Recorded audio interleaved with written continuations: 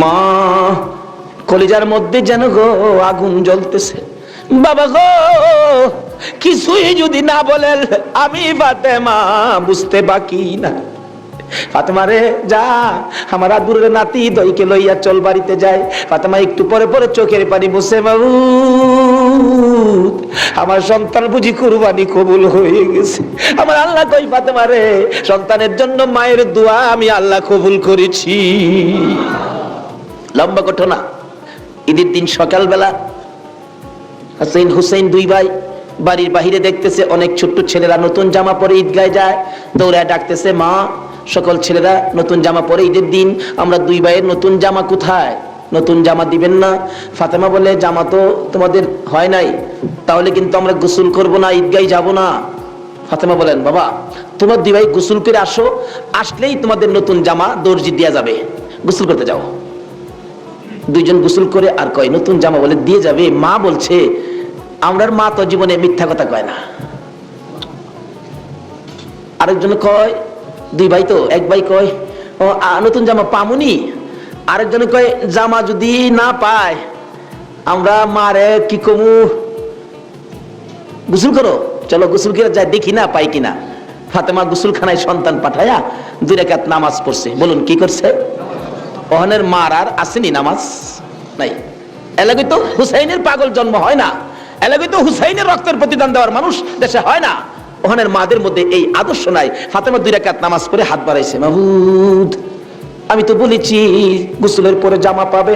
তারা যদি গোসল করে আইসা জামা না পায়, তারা বলবে নবীর মেয়ে হইয়া আমরার মা মিথ্যা কথা কয়, জান্নাতি মহিলাদের সরদারিনী হইয়া আমাদের মা মিথ্যা কথা কয়। মাবুদ গো আমার ইজ্জত রাখো, ও মাবুদ আমার ইজ্জত রাখো, আমার 2টা কলিজা টুকরা সন্তানের জন্য 2টা জামার ব্যবস্থা তুমি আল্লাহ করো।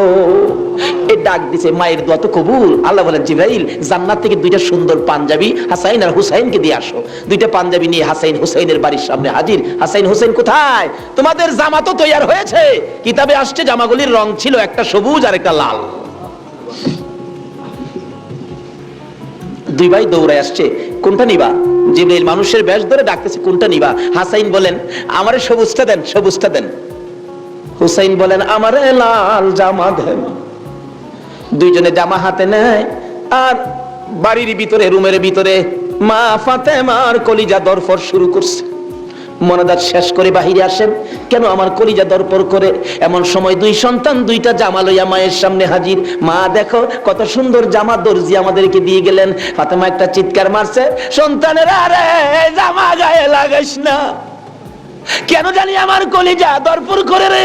এই জামার মধ্যে কি হাকিকত রয়ে গেছে আমার বাবার কাছে জানতে হবে। 2 জামা লইয়া 2 সন্তান লইয়া নবীজির কাছে যাইতেছে। এই পাশে জিবরাইল এসে বলে, হুজুর গো হাসাইন আর হুসাইন জামা নিয়ে আসতেছে হাকিকত জানার জন্য, আপনি বলে দিয়েন সবুজ জামা হাসাইন নিয়েছে। হাসাইন তো আপনার উম্মতের নাজাতের জন্য কুরবানি 2 ভাইয়ের বেলায় কবুল করেছে আমার আল্লাহ। হাসাইন সবুজ জামা নিয়েছে, আপনার উম্মতরা হাসাইনকে বিষ খাওয়াইয়া সবুজ করে দুনিয়ার থেকে বিদায় করে দিবে।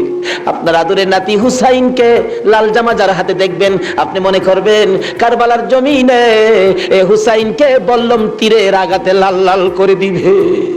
আমার নবী হাসান হুসাইন কাছে আসলে অন্য সময় খুশি হতেন, আজকে দেখে দূর থেকে চোখের পানি ছেড়ে দিলেন। ফাতেমা বলেন, বাবা গো অন্যদিন খুশি হইতে আজকে কেন কান্দ বুঝতে পারতেছি না। আমার নবী বলেন, ফাতেমা রে আয় আমার হাসাইন আর হুসাইন লইয়া। 2জনকে বুকে লইয়া কান্দে, আমার উম্মতের নাজাত দিবানি। আজকে যে হাসাইনের হুসাইনের মায়া নাই, সেই নবীর মহব্বত নাই, সেই ফাতেমার জীবনী আমাদের কাছে নাই, আহলে বায়াতের চিন্তা আমরা কেউ করি না। নবীজি কুল থেকে ছেড়ে দিলেন, হাসাইন আসো তোমার জামাটা খুব সুন্দর হয়েছে। হুসাইনকে টাইনা বুকে ধরে বলেন, হুসাইন রে তোর জামাটাও খুব সুন্দর হয়েছে। জিবরিল বলেন, হুজুর গো হাসাইনকে তো বিষ পান করাইয়া জোহর খাওয়াইয়া মারবে, হুসাইনের মতের কথা যদি বলি আমি জিবরাইলও সইতে পারি তো নির্মম ভাবে হুসাইনকে কারবালার জমিনে গো আপনার উম্মতেরা, হারা মুসলমান, হারাও কি মুসলমান, নামে না কামে? বল, নামে না কামে? নামে। একটা হলো নামে মুসলমান, আরেকটা আছে কামে মুসলমান। মুসলমানের ভাগ দুইটা, একটা হলো এজিদি মুসলমান, আরেকটা হলো হুসাইনি মুসলমান। আপনারা কোন মুসলমান হবেন? আরো জোরে কোন মুসলমান হবেন? এটা হলো কামের মুসলমান, আর এজিদি মুসলমান হলো নামের মুসলমান।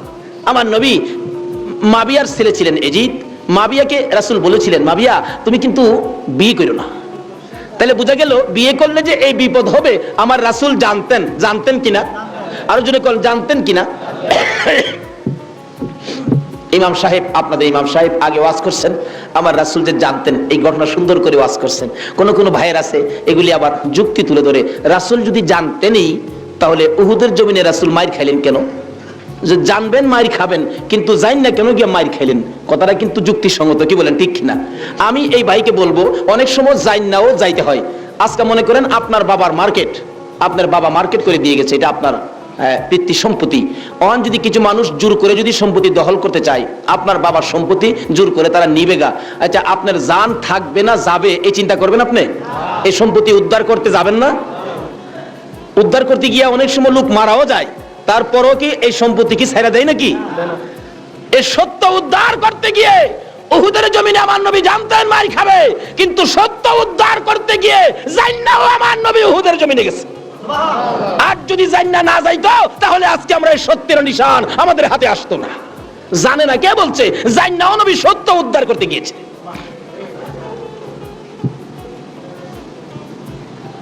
বলতেছিলাম দয়ার নবী, মায়ার নবী বলতেছেন, জিবরাইল আমার উম্মতের নাজাতের জন্য কবুল হয়েছে, কবুল হয়েছে। হাসাইন আর হুসাইন দুই ভাই আঞ্জায় ধরে দুই গালে চুমায়া বিদায় দিয়েছে। হুসাইনকে কোনদিনই বলতেছেন, হুসাইন দুই গালে চুমা দেয়, তুমি আমার আমি তোমার। তোমাকে যে কষ্ট দেয় সেজন্য আমাকে কষ্ট দেয়, আর তোমাকে যে ভালোবাসা দেয় সেজন্য আমি রাসূলকে ভালোবাসা দেয়। আজকে হুসাইনের ভালোবাসা এখানে বসা, হুসাইনের অনেক পরে আওলাদে রাসূলকে ভালোবাসা। ইতিহাস খুলে দেখুন, যেই ভালোবাসায় হযরতে জুনায়েদ বাগদাদী রাহমাতুল্লাহ আলাইহি আল্লাহর ওলি হয়েছে। জুনায়েদের জীবনী খুললে পাওয়া যায়, জুনায়েদ ইরাকের বাদশার পালিত পালোয়ান ছিলেন। এত বড় পালোয়ান ছিলেন, বাবারে বাবা। ইরাকের বাদশা একদিন বলেন, জুনায়েদ এত খানা তোমাকে খাওয়াই, এত টাকা বেতন তোমাকে দেই, তুমি কত বড় পালোয়ান হইলা, তোমার শক্তি তো আমি দেখলাম না, আমাদের তো দেখা দরকার ছিল। জুনায়েদ বলেন, ঘোষণা দেন না, ইরাকের জমিনে এমন কোন মারপোলা নাই আমাকে কুস্তির মধ্যে পরাজয় করবে, আমি বিজয়ী হব। যদি কেউ পরাজয় করতে পারে বলে দেন 10,000 টাকা পুরস্কার। একটা ঘোষণা সাধারণ ভাবে আমাদের দেশের হিসাবে দিলাম বুঝার জন্য। বাদশা পোস্টারিং করে দিলেন, আমার জুনায়েদকে কুস্তি লড়ে হারাইতে পারলে 10,000 টাকা পুরস্কার দেওয়া হবে। আর ওদিক দিয়ে এই পোস্টার দেখলেন নবীজির আওলাদ, নবীজির বংশের একটা লোক 3 দিন পর্যন্ত বাচ্চাদের মুখে খানা দিতে পারে না, গরিবী অবস্থা, হারতেছে, রোজগারের তালাশে ঘুরতেছে, কোনো রোজগারের বাউ হলো না, বাচ্চারা না খাইয়া 3 দিন পার হয়ে গেল। ডাকতেছেন, হাইরে পোস্টার দেখা যায় কুস্তি লড়া জিততে পারলে 10,000 পুরস্কার, আর সন্তানকে যখন খানা দিতে পারি না, আর জীবন রাইখে লাভ কি? কুস্তি লইরা জুনায়েদের সাথে জীবনটা দিয়ে আইলাই, এই মুখ আর সন্তানকে দেখাবো না। যা বলতেছে, এখানে অফিসে কে আছে? আমি তো জুনায়েদের সাথে কুস্তি লড়বো, হাতির সাথে মশা। কই জুনায়েদ? আর কই? মানুষে কই, মিয়া কুস্তি লড়তে আইছো না মরতে আইছো? জুনায়েদরে দেখছো? কই না দেখি নাই, দেখে আসো। বাবারে বাবা, কি বেটা, এই নাকি জুনায়েদ? আপনি জুনায়েদ? হ্যাঁ, আমি তো আপনার সাথে কুস্তি লড়তে আইছি। জুনায়েদকে লড়তে আইছো না মরতে আইছো? আচ্ছা যেটা মরা পরে দেখা যাইব, নাম লেখেন। নাম লেখছে, রবিবার দিন আপনাদের কর্ণফুলী মার্কেটের মাহফিল, আজকে এই দিনই ধরলাম রবিবার দিন, মাঠের মধ্যে হাজার হাজার মানুষ জুনায়েদের মতো পালোয়ানকে কুস্তি লড়ে হারাবে, কুস্তি লড়বে। হ্যাঁ জানি কেমন পালোয়ান। মাঠের মধ্যে নামছে, 3 দিন পর্যন্ত খানা নাই, বাচ্চাদের চিন্তা, হাঁটতে পারে না, হাঁটলে পয়রা যা। মাঠে গিয়ে নামছে, জুনায়েদ তো নামছে হাতির মতো এক পুরুষ। লেফারি মাঝখানে দাঁড়ায়, কয় কি আইলো রে, কার সাথে কি? দর্শকেরা কয় আমরা কি দেখবো, সময়টাই নষ্ট করলাম, এর সাথে কি খেলবো। এবার দেখা গেল খেলা শুরু হওয়ার আগে লেফারি জিগায়, এদিকে আসেন, আপনি কি লড়তে আইছেন না মরতে আইছেন? কয় আপনি মাতবরি কম করেন, আপনি লেফারির দায়িত্ব পালন করেন। লড়লে আমি লড়বো, মরলে তো আমি লড়বো, আপনার বাবার কি লো? লেফারি কয় মাপ চাই বাবা, আপনি লড়েন, খুব ভালো করে লড়েন। লড়ার আগে ডাকছে, জুনায়েদ এদিকে আয়, 2টা কথা বলবো, বলো। আমাকে চিনো? জুনায়েদ বলেন, না তো, তোমাকে তো চিনি না। কয় আমি আওলাদে রাসূল। জুনায়েদ, যে নবী না হইলে রে জগতের কিছু হইতো না। আমি সেই নবীর বংশের লোক, আমি সেই আওলাদে রাসূল। জুনায়েদ রে 3টা দিন পার হয়ে যায়, সন্তানের মুখে খানা দিতে পারি না। অসহ্য হইয়া জীবন দিতে আসছি রে জুনাইদ, তুই পারবি নি আজকে আওলাদে রাসূলের মুখে হাসি ফুটাইতে, আজকের এই ময়দানে রাসূলের বংশের কাছে পরাজয় বরণ করতে? জুনাইদ বলেন, ওই লোকটাই আমার সাথে কথা বলে সামনে দাঁড়াইয়া, আমি শুনি পিছন দিয়ে আমার নবী মদিনার থেকে ডাকে, জুনাইদ রে, পারবি নি রে আমি আওলাদে রাসূলের মুখে হাসি ফুটাইতে? এবার জুনাইদ দুইটা চোখের পানি জর্জর করে ছেড়ে দিলেন। লেফারি সাহেব বাঁশি বাজাও খো, জীবনের খেলা হবে। বাঁশি বাজাইলেন, খেলা শুরু হলো।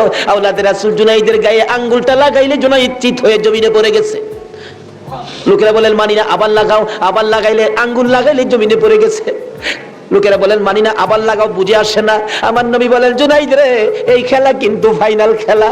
আমার নবীর ডাকে জুনাইদ কানটা পেতে শুনে জবাব দেন, ইয়া রাসূলুল্লাহ, জীবন দিবই, আপনার ভালোবাসা ছাড়বো না। আরে নবীর প্রেমের পাগল যারা প্রেম খেলা খেলে, হায় রে নবীর প্রেমের পাগল যারা প্রেম খেলা খেলে, নবীর প্রেমে ওয়াস করনি দন্ত দেয় ফেলে।